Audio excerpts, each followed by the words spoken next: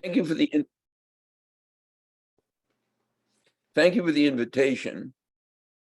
I'm really grateful for the opportunity to talk to program from Amherst Neighbors. I'm going to ask those of you that don't have your cameras on, if you could turn your cameras on, that would be very helpful to me, because otherwise I feel like I'm in a cemetery just looking at the headstone. So if there's some reason why you can't keep your camera on, that's fine, but it really is nicer to actually talk to faces. So thanks for that. And I'm now really nervous because you're going to get a chance to rate me like I was a restaurant or a hotel. So please be kind. Now, and mention the new facial hair, which he did not have the last time he spoke to us. So I want to start with a question for each of you. And if you would respond, that would be great.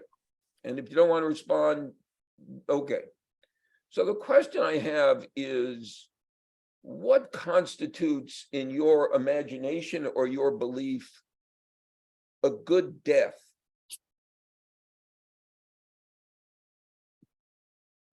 Yeah, Sue.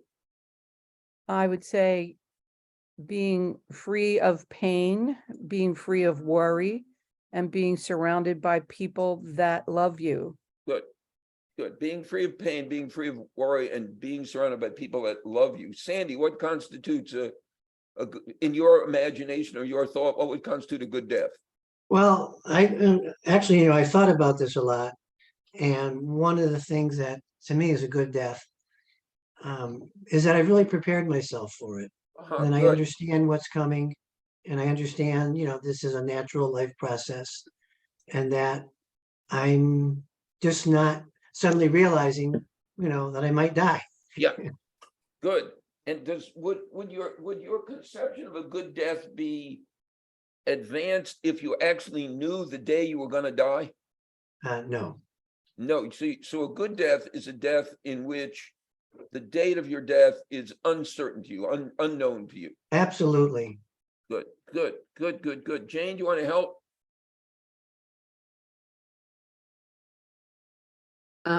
Actually, I think Susan articulated exactly what I was thinking.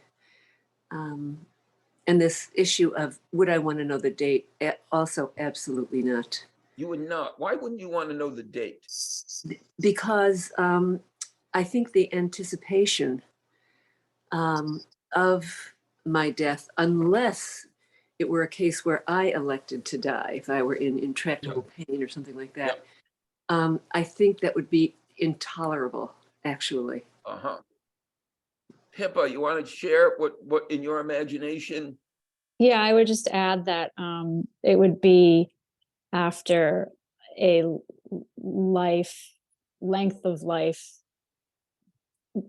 that a good length of life. If it were to be premature or unexpected, I might actually want to know the date. You might want to know the date. If it were going to be what I would say is premature, younger than average lifespan or something like that. Yep. Audrey, do you want to share? Well, I think that I agree with all the points that have been raised. I'm very conscious of it right now because my kids have been here and we've talked about it. And I would definitely not want to be alone. I would really welcome and cherish having people dear to me with me. Good. And share that. And I know that they're willing and able to do that because we've talked about it a lot. Yeah. So that's very helpful to me and a good place to start. So Sandy, do you want to? Yeah, I mean, I think that was a really good question about would someone want to know if this was their, what's the day they're going to die. And when I thought about it a little bit more and listening to what other people are saying, is right now I feel like I'm living my life very richly because I don't want to know when I'm going to die. And I want to make each day really good, as if tomorrow was going to be my last day. And I don't know that. So I love not knowing because it makes each day so much better. Yep. Well, as you know, there are many ideas of a good death. One idea of a good death is that, in fact, you know when you're going to die so that you can fulfill what in popular culture is called your bucket list. And if you live as if you were going to die tomorrow, then maybe you achieve that sense of the acceleration of time and the extent to which time becomes precious. Now, why do I ask you about a good death? I ask you about a good death because there is something odd in the American experience of punishment and the way we punish. And I would say that it is not quite a commitment to a good death, but it is a commitment to the avoidance of the worst possible death. So many countries which have the death penalty, they have no commitment to the avoidance of suffering. They have no commitment to the reduction of pain. They have no commitment to the dignity of those who they put to death. But the United States is different. You know, I live in a small town. I don't live a very cosmopolitan life. So I focus on things like my favorite constitutional amendment. Do you all have a favorite constitutional amendment? No. Sue's got a favorite constitutional amendment. What's your favorite? My favorite? Yeah, My favorite is the second. because you like guns? No, because I like to fight with people about the Second Amendment Oh. and what it really means. That is fabulous. Oh my God, that's a new standard. Well, my favorite is the Eighth Amendment. And I think there's something quite miraculous about the Eighth Amendment to the Constitution of the United States. I think the Eighth Amendment, more than any other amendment to the Constitution, forgive me, Sue, expresses what I would call the spirit of American constitutionalism. What is the spirit of American constitutionalism? Properly understood, in my view, the spirit of American constitutionalism is the restraint of the power of the government. The Fourth Amendment to the Constitution, which prohibits unreasonable searches and seizures, is a protection for the innocent. The Fifth Amendment, which prohibits compulsory self-incrimination, is a protection for the innocent. The Sixth Amendment, which provides a right to counsel, is a protection for the innocent. The Eighth Amendment is a protection for the guilty. And the commitment of the Eighth Amendment, I think, is that no one can do anything so horrible that the state would have a right to punish them cruelly. No person can do something so horrible that the state would have a right to punish them cruelly. Dylan Roof goes into Mother Emanuel Church to a prayer group and kills everyone there. Timothy McVeigh, back decades ago, blows up a building in Oklahoma City. 160 people are killed. The commitment of the American Constitution, one second, Jane, the commitment of the American Constitution is that nothing that you do, no matter how horrendous, authorizes the government of the United States to treat you in a way that is cruel. Jane? So obviously people get around this amendment. The law gets around it. Is the idea that people who do the worst of the worst things, that it's not cruel then to be put to death and to be put to death? Correct. It's simply what they deserve. So the Eighth Amendment sits in a constitution in which the permission to take life is repeated in the Fifth and 14th Amendments. So the Fifth Amendment says no state shall deprive an individual of life, liberty, and property without due process of law. The 14th Amendment repeats that same language. So in the Fifth and 14th Amendment, there is an imagining that the government could take someone's life as a punishment for crime. Now, you and I can make an argument that the death penalty is always cruel and unusual punishment. That's fabulous. But what I'm trying to suggest is, whatever your view is about whether the Eighth Amendment is acceptable, in the United States, we're committed that when we punish, we will not punish cruelly. It doesn't matter. It's not just the death penalty. It means with prison sentences. It means with fines. We won't punish cruelly. Now, the absence of cruelty is not the presence of a good death. The absence of cruelty is not the presence of a good death. And I'm going to articulate what I understand to be three different meanings of the idea of cruelty. None of you are old enough to remember Elvis Presley. Elvis Presley sang a song called "Don't Be Cruel."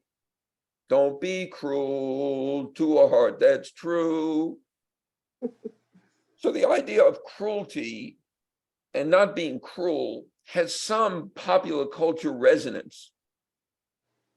But in the legal sense, the idea of cruelty, I think, means one of three things. The first thing it means is that the punishment that is imposed cannot impose what I'm going to call large quantities of pain. That no punishment can impose large quantities of pain. And to pick up on what Jane said, the Supreme Court of the United States has said, if we are going to have a death penalty, it may impose no more pain than is necessary. So the first meaning of cruelty in the constitutional sense is that there can't be a large quantity of pain, right? That comes close to what I think exists in what I call a popular culture understanding of cruel, right? Cruel has to involve a lot of pain. The second understanding of cruelty in the constitutional tradition, which is really complicated, is that it is cruel to punish in a way that violates human dignity. It is cruel to punish in a way that violates human dignity. So one way to understand this is, suppose we were to believe that the least painful way of ending someone's life was the guillotine. And by the way, I study botched executions. Execution by guillotine are very seldom botched. They can be, but they're very hard to do, very hard to botch a guillotine. But we might say that the severing of the head from the body is incompatible with human dignity. The third meaning, and the one that I am most interested in, is cruelty is excessive pain. And what that means is, if I can accomplish a goal, which is going to require me to impose pain, but I can accomplish it by imposing this much pain, I can't choose a method that would impose that much pain, even if that much pain is not a lot of pain at all. So this last idea, which says, when the state punishes, it cannot impose any more pain than is necessary, right? Any excessive pain. That last understanding has fueled something quite remarkable and quite distinctive in the history of the United States. So again, go back to, if we look at the death penalty in other countries, countries that have had the death penalty, they typically adopt a method of execution and stick with it over very long periods of time. The United States, since the end of the 19th century, has moved from hanging to the electric chair as its primary method of execution, from the electric chair to the gas chamber as its primary method of execution, and starting in 1977, from the gas chamber and the electric chair to lethal injection. And along the way, we've used a firing squad. Very, very, very rarely have we used a firing squad. Why is that remarkable? It's remarkable because I think it expresses the commitment of the Eighth Amendment, if not to providing a good death of the kind that you describe, that you all describe, at least imposing a death that is not cruel. And if you look at the proponents of the electric chair at the end of the 19th century, they said, unlike hanging, the electric chair would be safe, reliable, and humane. And if you look at the debate in Nevada in 1922, Nevada was the first state to adopt the gas chamber. The proponents of the gas chamber said, unlike hanging in the electric chair, this method of execution will be safe, reliable, and humane. And if you were to look at the debates in 1977 in Oklahoma, which was the first state to adopt lethal injection, though not the first state to use it, the proponents of lethal injection in Oklahoma said this method of execution will be safe, reliable, and humane. So with each invention of a new technology or application of a technology to the grisly business of putting someone to death, the hope is that we could find a method of execution that would be safe, reliable, and humane. So the story of the death penalty in the United States is a story very much wrapped up, again, not with the good death, what is a good death, but what is a death that at the very least is not cruel. Now, so Oklahoma was the first state to adopt the lethal injection. What do you imagine was the first state to use it? Pippa, first state to use lethal injection. Texas. Son of a gun. By the way, the answer to any death penalty question is always Texas. So in 1982, Texas became the first state to use lethal injection. Very soon thereafter, every state in the United States that had a death penalty adopted lethal injection. So lethal injection from 1982 right up to the present has been America's primary method of execution. From 1977 to 2009, lethal injection meant one thing.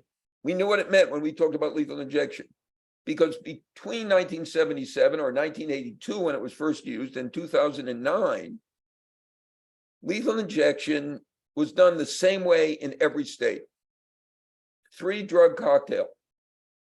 The first drug, an anesthetic, the second drug, a paralytic, and the third drug, a drug that would stop the heart. After 2009, when pharmaceutical companies stopped wanting to provide drugs for lethal injection, the lethal injection paradigm decomposed. So since 2009, from 2009 to 2023, there are 10 different lethal injection protocols have been used. Some a 1-drug protocol, some a 2-drug protocol, some a 3-drug protocol. The method of execution most frequently botched in the United States, lethal injection. So if you study the period from 1900 up to the present, roughly 3 out of every 100 American executions are botched. From 1982 to 2009, 7.5% of lethal injections were botched. 7.5 out of every 100 lethal injections were botched. Since 2009, with the proliferation of drug protocols, the rate at which lethal injections are botched has gone up. In 2022, meaning last year, there were 20 execution attempts in the United States. 20 execution attempts. 2 of them were called off after they started. Of those 20 execution attempts, all by lethal injection, 7 were botched. So 35% of the executions in the United States in 2022 were botched. Now, you might want to ask me the following question. In fact, I'll ask me the following question. What constitutes a botched execution? So come on and help me. What do you think constitutes a botched execution? It's not pain-free. Good. One understanding of a botched execution is that a botched execution would be an execution that is not pain-free. But I want to tell you that in the American constitutional tradition, the Constitution does not require pain-free deaths. It requires that a death impose no more pain than is necessary. Good, very good. So we might think of botched execution is an execution in which there's some presence of pain. Good, totally fabulous. Come on, more. Any other ideas about It what doesn't might kill the person. It Say doesn't again? kill. It doesn't kill. Good. The second thing we might think about botched executions is that they don't kill people. Very, very rarely in the United States have people not been killed even during botched executions. If you're interested, why you would be interested in reading about these things, I don't know, but there's a really interesting case from the 1940s involving someone named Willie Francis. Willie Francis survived an attempt to electrocute him. From 1946 and well into the 21st century, no one survived an effort to execute them, even when their executions were botched. Beginning in the 20th century, we've had several, including 2 last year, where the execution was called off before the person died. Any other ideas about what might constitute a botched execution? If it's not dignified or whatever's Good. the proper terminology. Good, brilliant, right. So another way we might think of botched execution is if it's not dignified. But Pippa, I just want to think out loud about whether or not any method of execution in which your death is involuntary could be said to be dignified. But yeah, that would be an interesting idea of a botched execution. It's undignified. My definition of a botched execution attempts to be neutral. Namely, I think a botched execution is an execution that doesn't follow the law or what I call standard operating procedure. Whether the person doesn't experience any pain or the person survives the execution or the execution is dignified or not, an execution is botched if the execution does not follow the legal protocol or does not follow standard operating procedure. Lethal Can I injection. ask you a question though? Sure. Just while we're on the topic, I mean, I feel like the words, cruel and unusual are subjective or right. So how does that factor in? So I hope Sue is going to invite me back to give a program called Subjectivity. So I don't know what you mean when you say they're subjective. So are they open to interpretation? Yes. Do we know of anything that isn't really open to interpretation? Not really. I mean, I guess there's some physical laws of the universe that we would say are not open to interpretation. So yes, the idea of cruelty is open to interpretation, but I wouldn't myself, just for myself, I don't think because something is open to interpretation, it is subjective in any meaningful sense. So I think what I'm doing right now is I'm playing ice hockey. That's what I think. Well, in that sense, this is subjective. But I think we would say, Austin, it's not ice hockey. So is it possible to reach what I call intersubjective understandings of things? Yeah, I think. Even when we have disagreements, I think cruelty means this, you think cruelty means that. That doesn't mean that it's subjective. Whatever I think is cruel is what we have to think of as cruel. Subjective just means this is what you think. But it doesn't, what I think doesn't necessarily bind us as a community or even guide our attempts to understand. But I want to take what you said really very seriously. Yes, the idea of good, brilliant.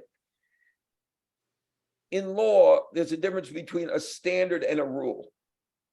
A rule tells us what we must do. A standard tells us what we should do. And in that sense, I think the prohibition of cruel punishment is more of a standard than a rule. Because we're going to argue, right, about what it is that it means. Sue? I just wanted to also mention that I think how one defines botched is also very subjective. How long they try to get IV access, Good.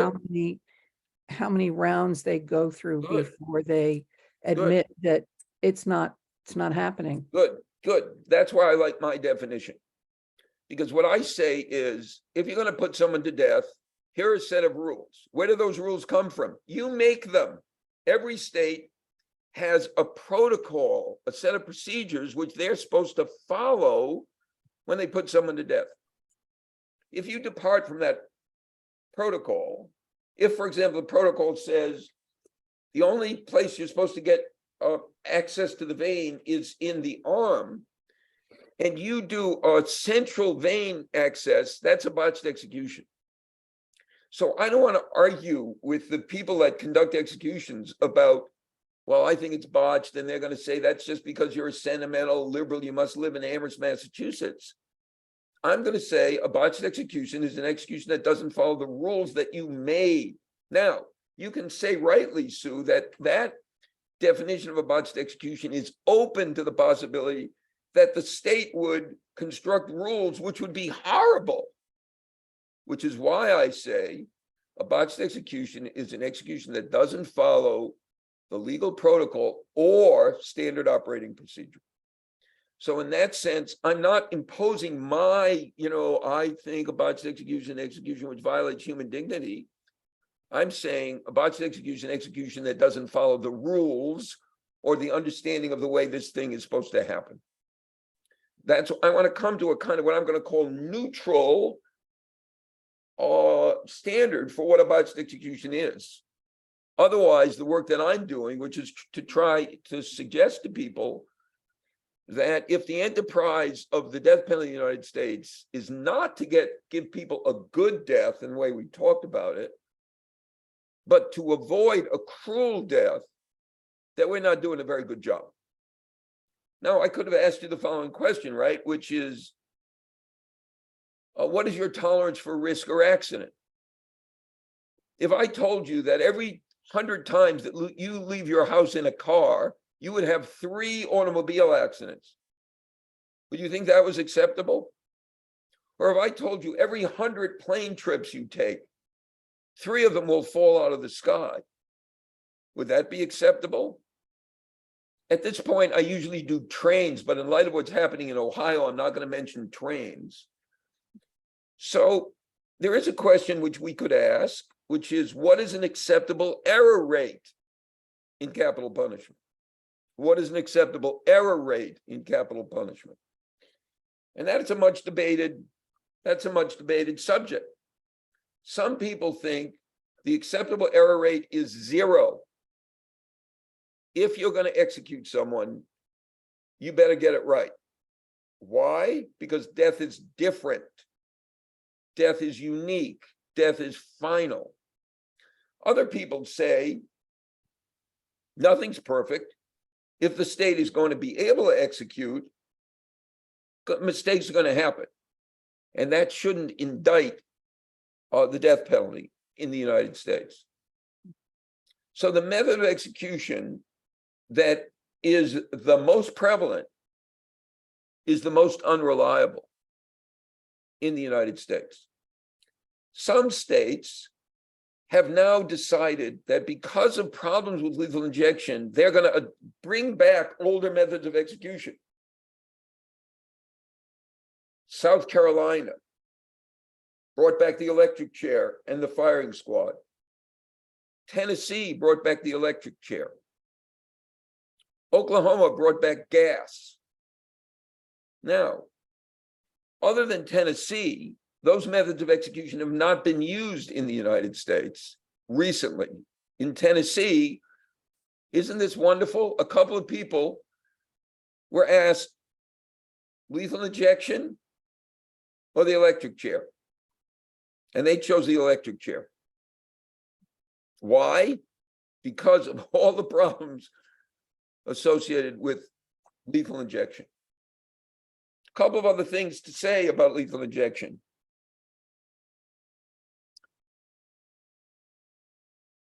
When I go into the hospital for some medical procedure, let's say surgery, what happens, at least the hospitals I go to, is they carefully attend to my physiology. I get an EKG and they see whether I have heart murmurs. They look at my weight and my body mass index.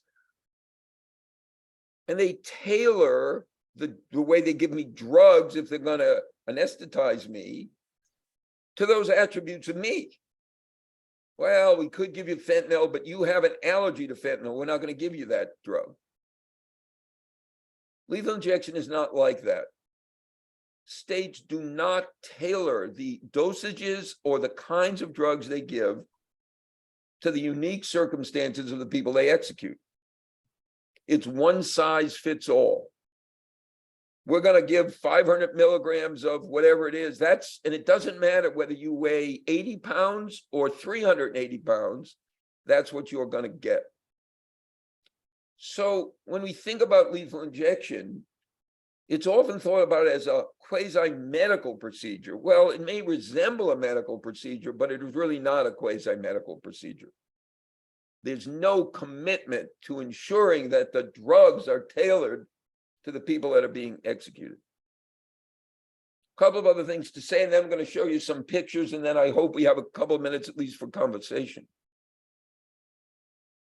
Some people might say, but Austin, these are people that have committed heinous crimes. So here are some things we know about the death penalty system in the United States. More than 180 people in the last half century have been exonerated, released from death row. Roughly what that means is for every 9 people we have executed since 1976, we've released 1 from death row. So we know that the death penalty system is rife with errors in the guilt phase. We also know that the best predictor, everything else being equal, of whether or not you will get a death sentence is, come on, tell me, what do you think it is? Being black. Socioeconomic. Being black. Being black, socioeconomic. Anything else? Maybe Yeah. gender. Good, good. Gender is a very good predictor because almost no women get executed. But among the population of people who do get executed, the best predictor of whether you'll get a death sentence is the race of your victim, not your race. Wow. The race of your victim is a better predictor than your race. Studies have shown that if you murder a person, a white person, everything else being equal, you're 4.5 times more likely to get a death sentence than if you murder a person of color, regardless of your race. You know, a white person murdering a white person, a black person murdering a white person, race of the victim. So the death penalty system is afflicted with errors in the guilt phase, with inequalities in the sentencing phase, and with unreliability in the execution phase. And that's what I've been studying, the unreliability of the execution phase. Now you might say, why do that, Austin? The strongest arguments against the death penalty today in the United States have to do with the problem of false convictions and the fear of executing the innocent. I'm interested in those problems, but I'm more interested in the fate of the guilty. Because I think the legitimacy of law in the United States depends upon the following. Let's see whether this makes sense. For law to be legitimate, it has to be different and better than what it opposes. Or to put it another way, the violence that law does and authorizes has to be different and better than the violence that law opposes. So if we're going to have a death penalty, we need to have a death penalty that doesn't ape the crimes that get people capital sentences. We need to have a death penalty that is not cruel. We need to have a death penalty that follows the rules, and in which the methods that we use are done in a way that we can say comport with standard operating procedure. All right, before I stop, I want to show you some pictures. Would you like to see pictures? Sure. Okay, here's some pictures. Let's see if I can share my screen. Can I do that? Yeah, I'm going to share my screen. I hope. Okay, can you see what it says there? Yes. All right. The other thing I want to tell you about, let's see if I can do this thing, if I can move, there we go. The other thing I want to tell you about lethal injection is that the development of lethal injection was not done in a scientific process. In Oklahoma in 1977, they tried to get doctors to tell them what was the best drugs to use. They couldn't get any doctors to do it until they got A.J. Chapman to do it. A.J. Chapman was the medical examiner in Oklahoma. He had no particular expertise in how to get people to death. His expertise is in trying to determine the cause of death. Chapman came up with the 3-drug protocol. He was interviewed after the botched execution of Clayton Lockett, of which I'm going to talk in 1 minute, in 2014, and he said it was just guesswork. The first person that was subject to lethal injection in 1982 in Texas, Charles Brooks. The first lethal injection was botched. Brooks's lethal injection was botched. But the botched execution of Charles Brooks did not stop states from adopting lethal injection. As you may know from your kind of understanding of public policy in the United States, states simply and often just borrow what other states are doing. And that's what happened with lethal injection. These are the different drug combinations that are now used in lethal injection. There are barbiturate combinations, there are barbiturate overdoses, there are sedative combinations.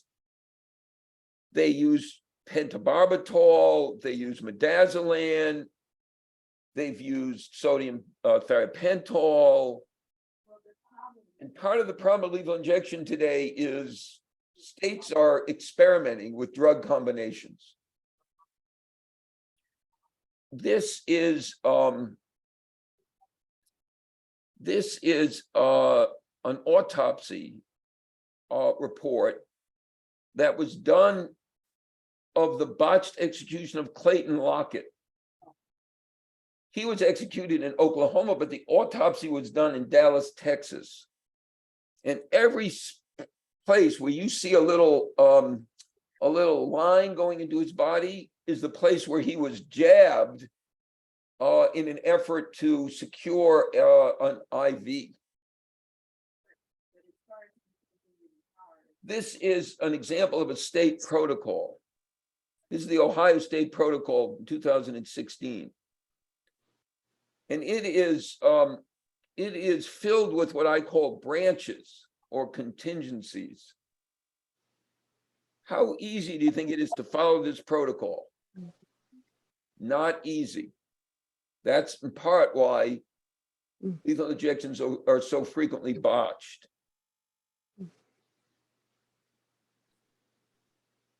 Last thing I wanted to say to you, do I believe that there's a better technology of execution than lethal injection?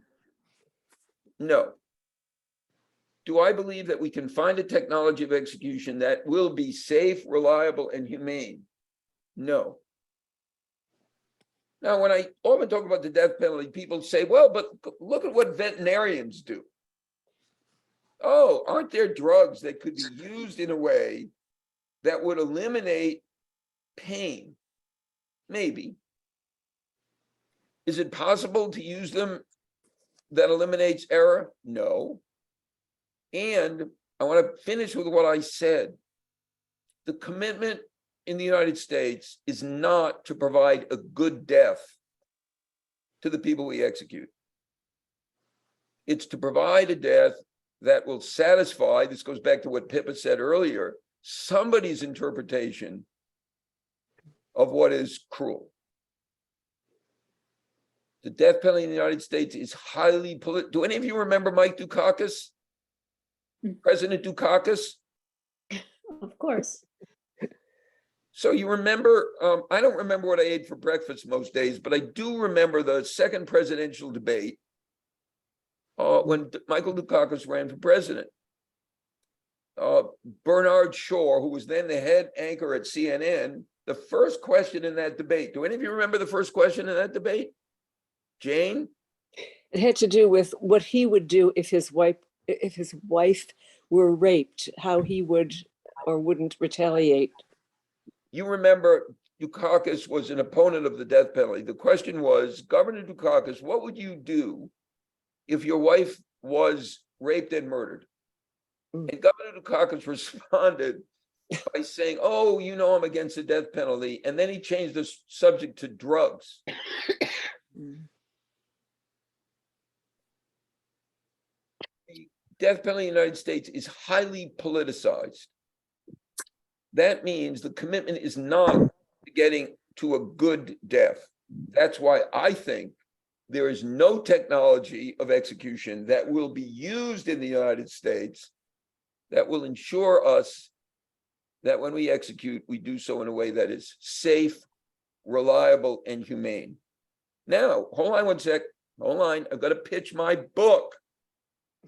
So it is March. If you're looking for some good Easter giving, Lethal Injection and the False Promise of Humane Execution. It's a short book. I assure you, it's a fabulous read. And it's better to give that one for Easter than another one of my books called Divorce Lawyers and Their Clients. So go with Lethal Injection rather than Divorce Lawyers and Their Clients. Jane?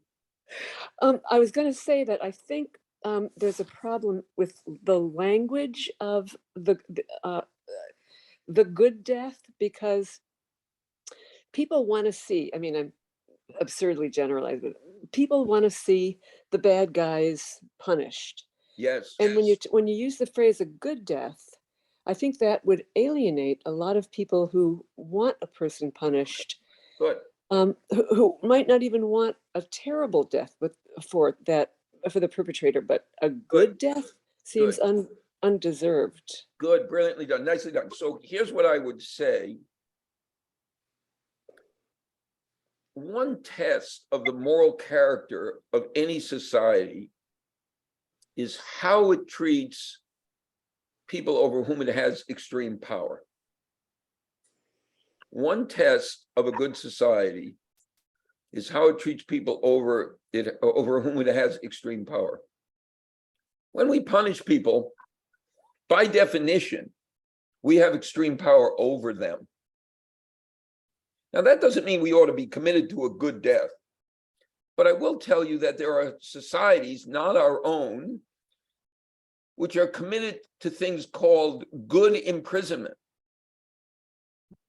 So if you're interested in this, there's a book, I didn't write it, called Harsh Justice, written by a Yale law professor named James Whitman.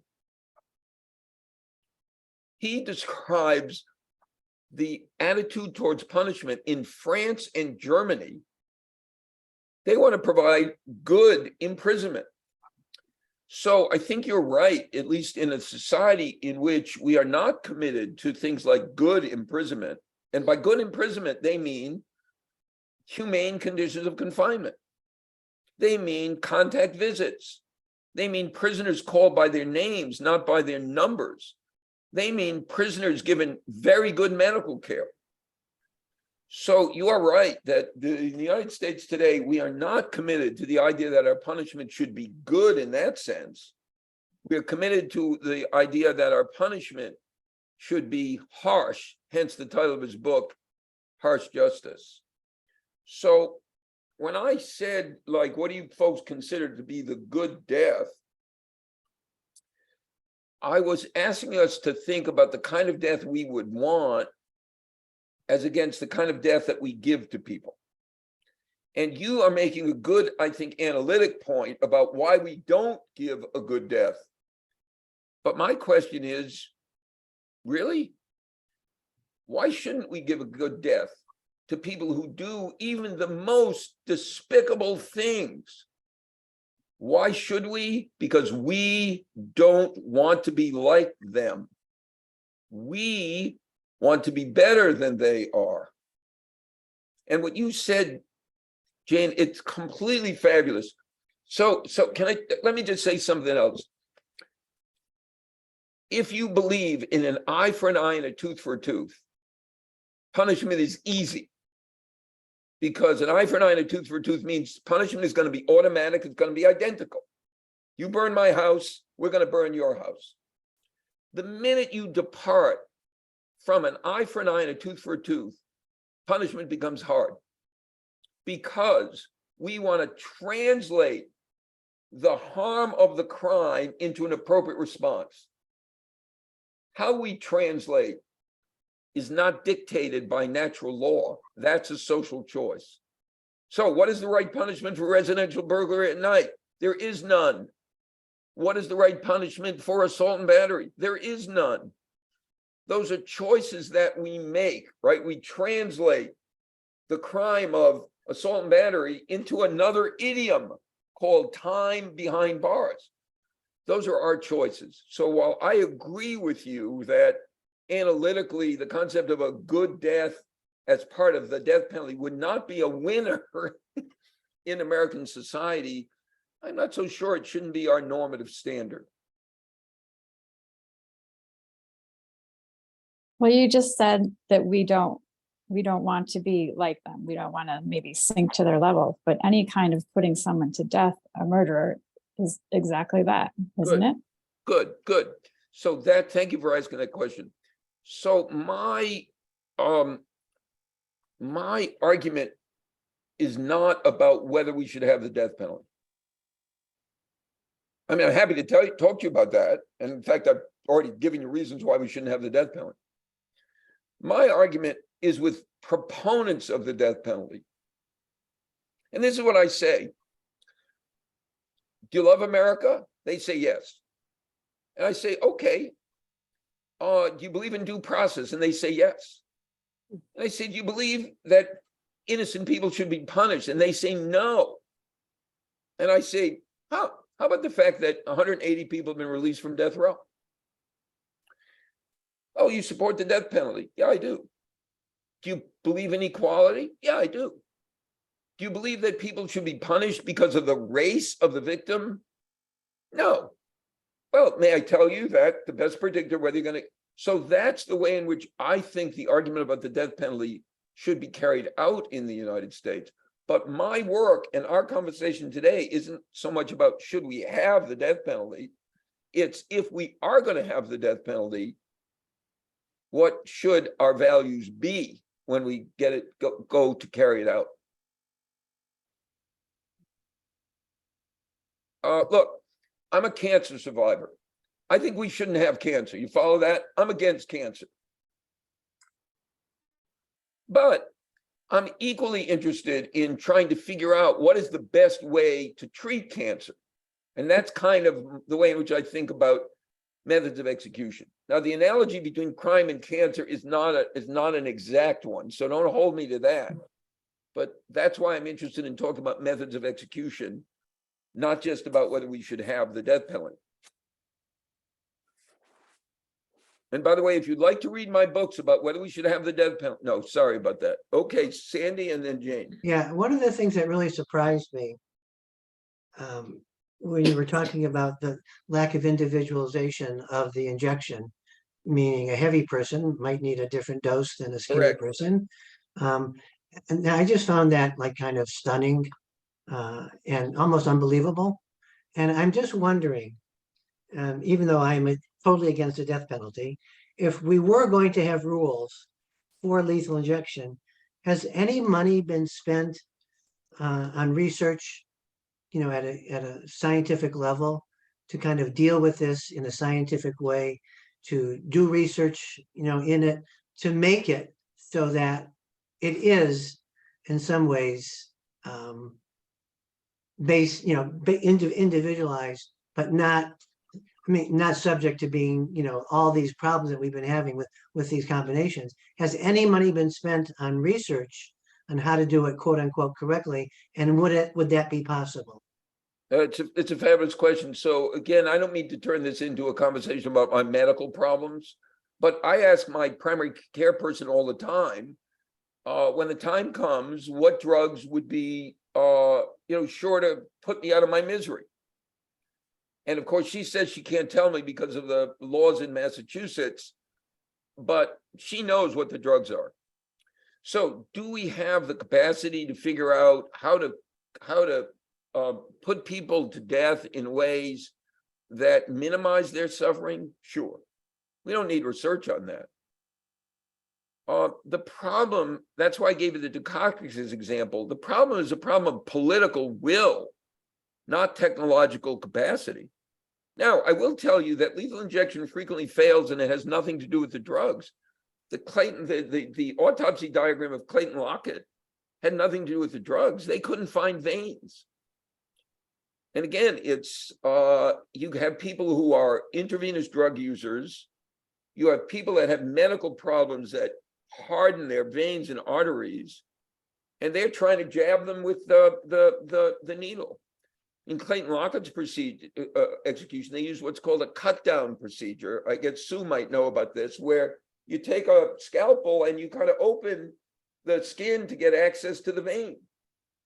So even if we could have the drugs that would do it, and even if we had the political will to do it, and then there's another problem, Sandy, which is the medical profession can't really play a role because of the so-called Hippocratic Oath, do no harm. Isn't there always a doctor there, though? They have No. doctors there to declare death often, but they can't participate. That's why I showed you the picture of A.J. Chapman. They couldn't get doctors to, advise them on like what are the best drugs to use. But the problem, Sandy, is not scientific; it's political. Right, medical personnel just won't be involved in these in lethal injection.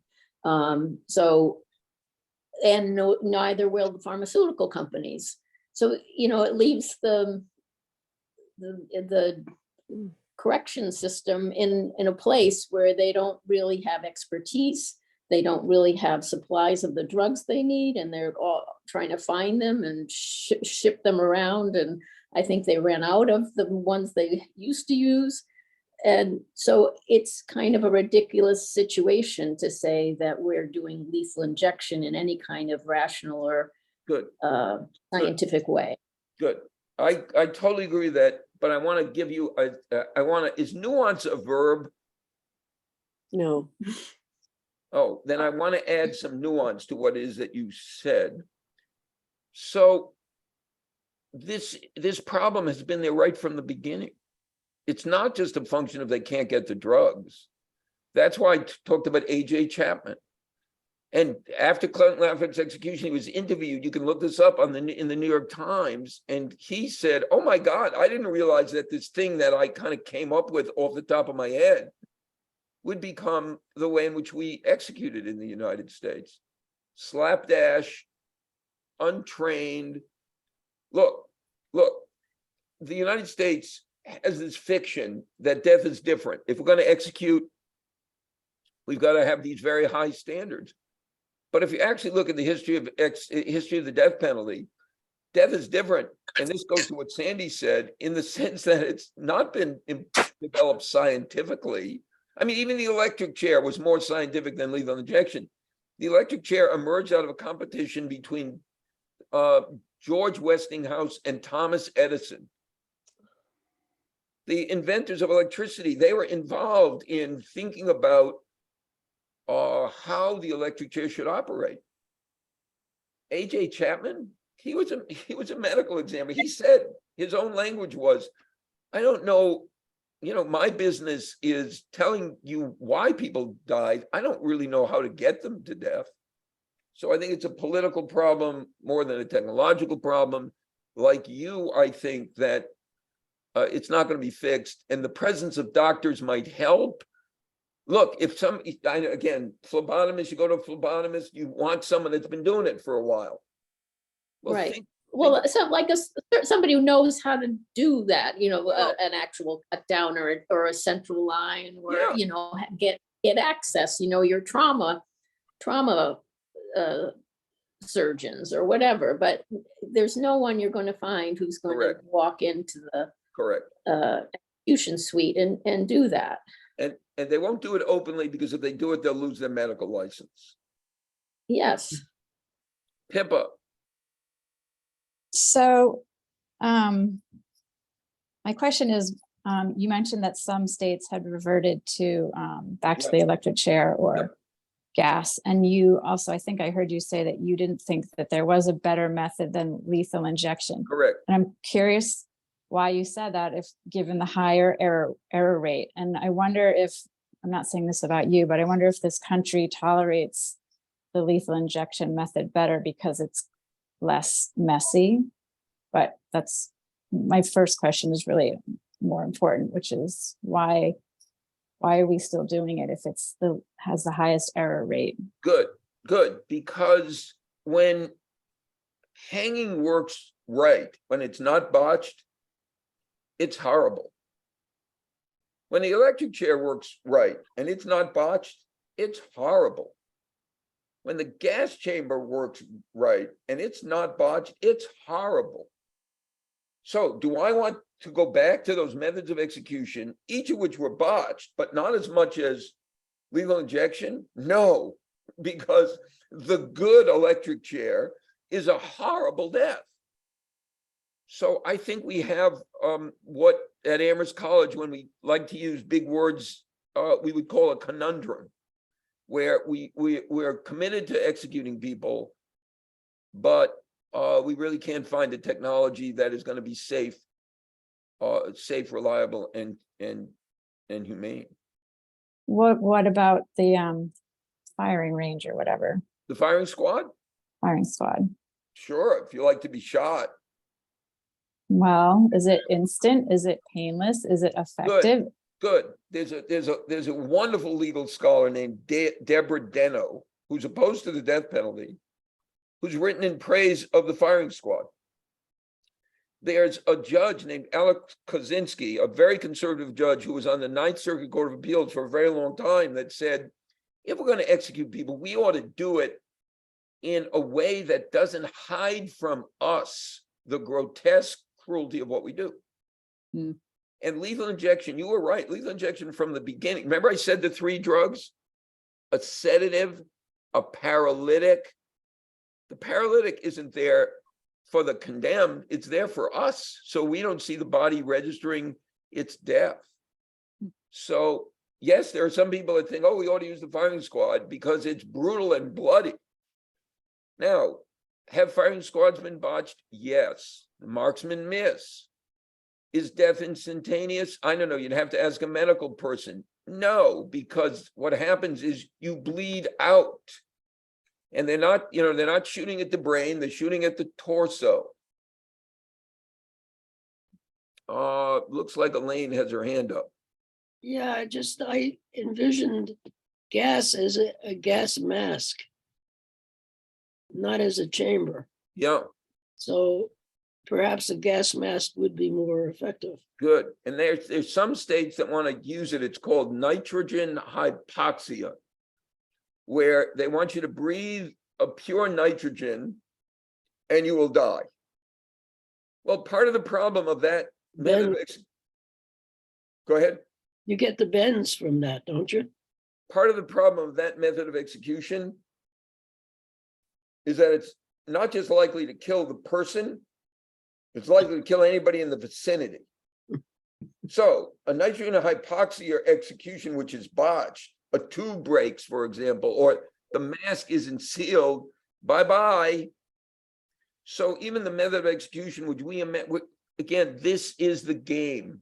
And I want to say we shouldn't be playing it, which is there a method of execution that will produce a painless death, a good death, a not cruel death? I know of none. And I think the quest to find one is a symptom.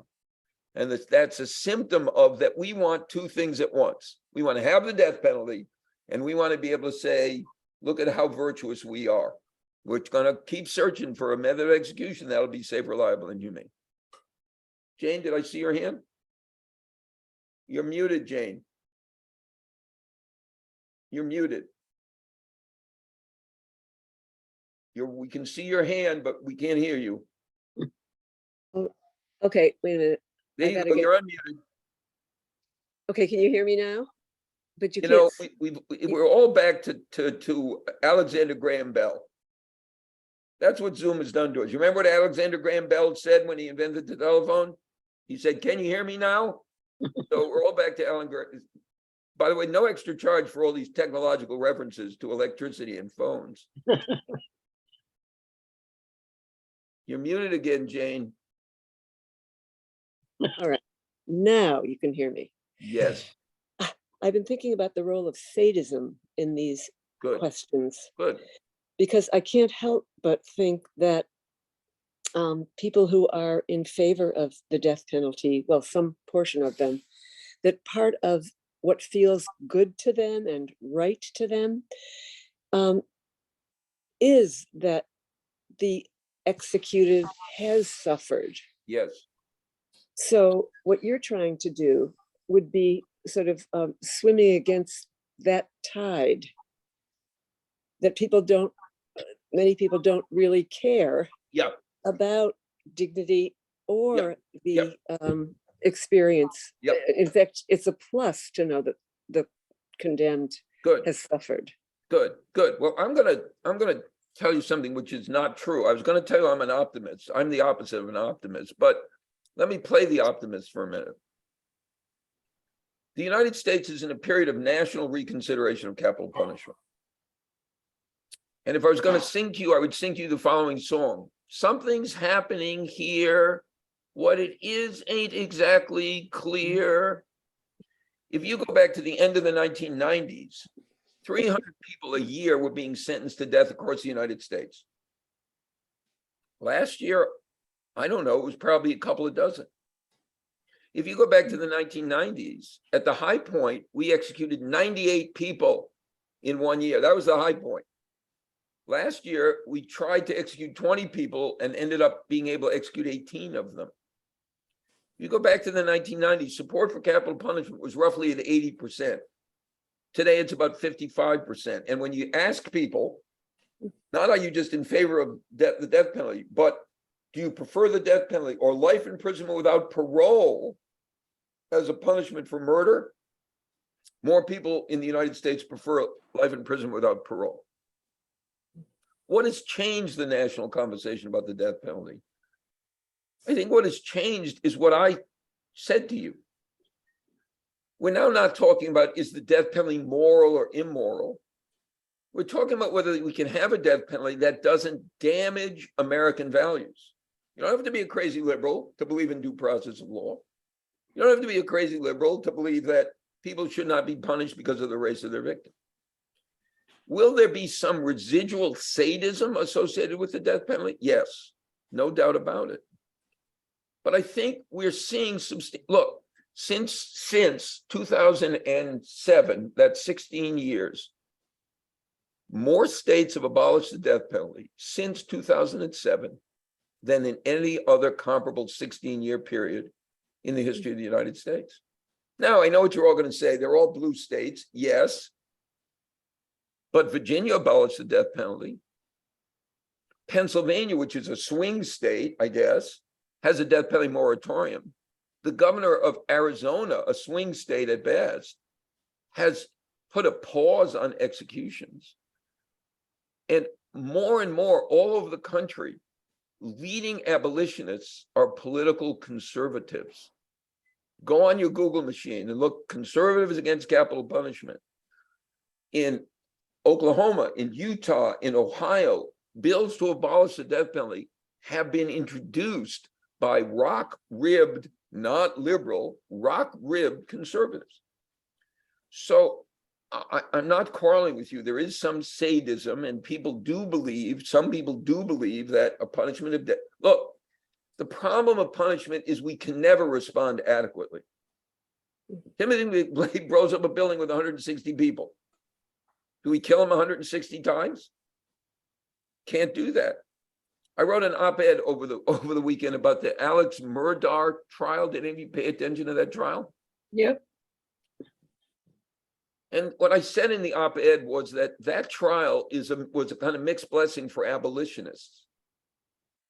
On the one hand, abolitionists are happy you didn't get a death penalty. On the other hand, it's another indication of race and class privilege in the criminal justice system of the United States. What did Alex Murdaugh get as a sentence?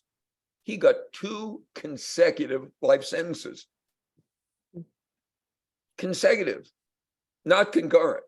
So I guess after he dies, the first one, he's got to come back so he can serve the second one. So punishment is always, in some sense, inadequate. Always, always, always.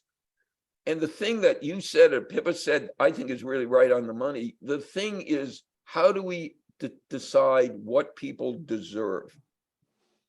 And then, how do we turn our intuitions about what people deserve into institutions of punishment that respect our values? That is no easy thing to do, because God, in her infinite wisdom, did not will a criminal code. So we are left to figure out for ourselves what the right punishment for residential burglary at night is. And the biblical punishments, they were so draconian that I think no civilized society would use them. So we're on our own to figure out what these punishments should be.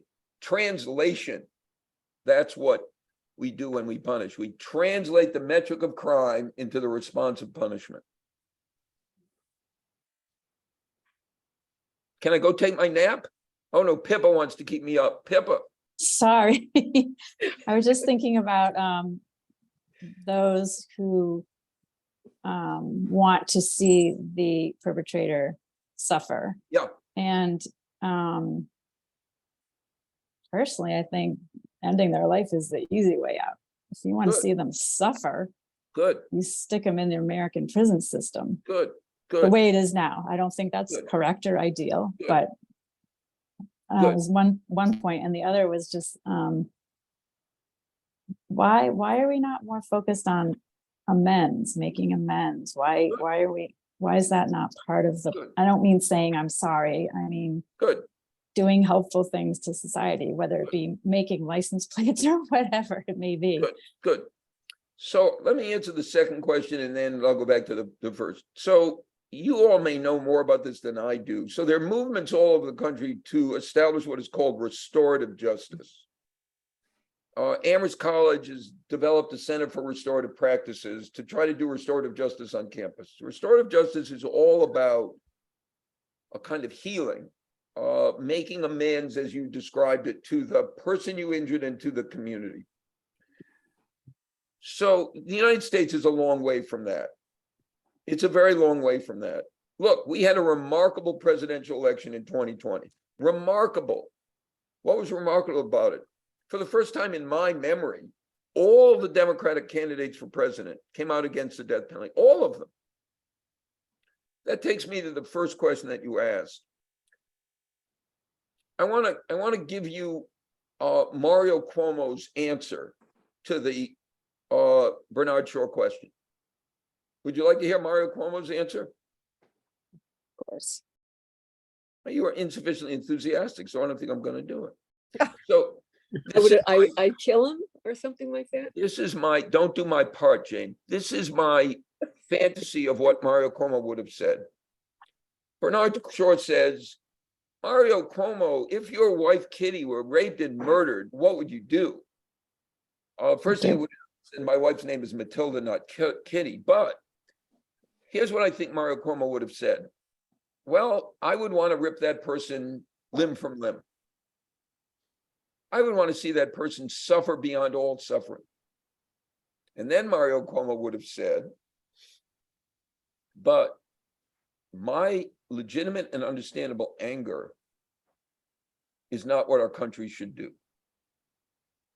Our country should always ask us to rise above, to be our best selves. If Mario Cuomo had given that answer, he would have been elected president of the United States, even though he wasn't running. So that's kind of what I think the game is with respect to punishment. I mean, I don't know about you, but any of you see the movie Dead Man Walking several years ago? I think this Matthew Poncelet killed 2 children in the woods. I saw the movie. Oh my God, I wanted him to die. But living in a civilized society, we need to rise above. It's not that it's not okay to be angry. It is okay to be angry.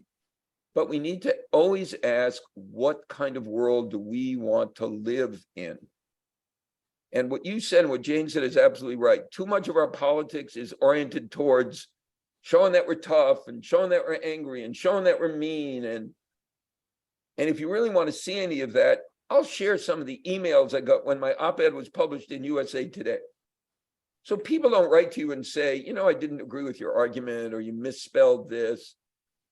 My favorite was the person who wrote to me and said, quote, people like you who talk about race are going to lead to the rise of China and the Chinese take over the United States.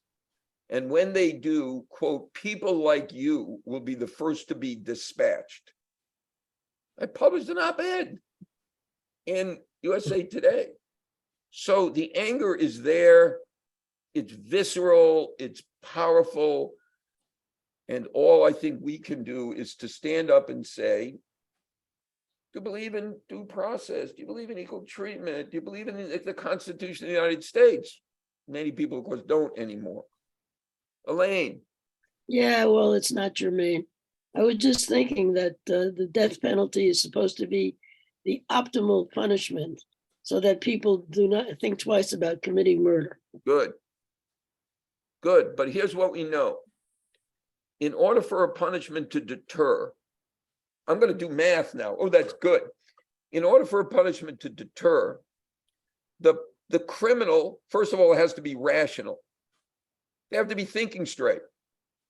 Second, they have to be rational utility maximizers. They have to calculate the costs and benefits.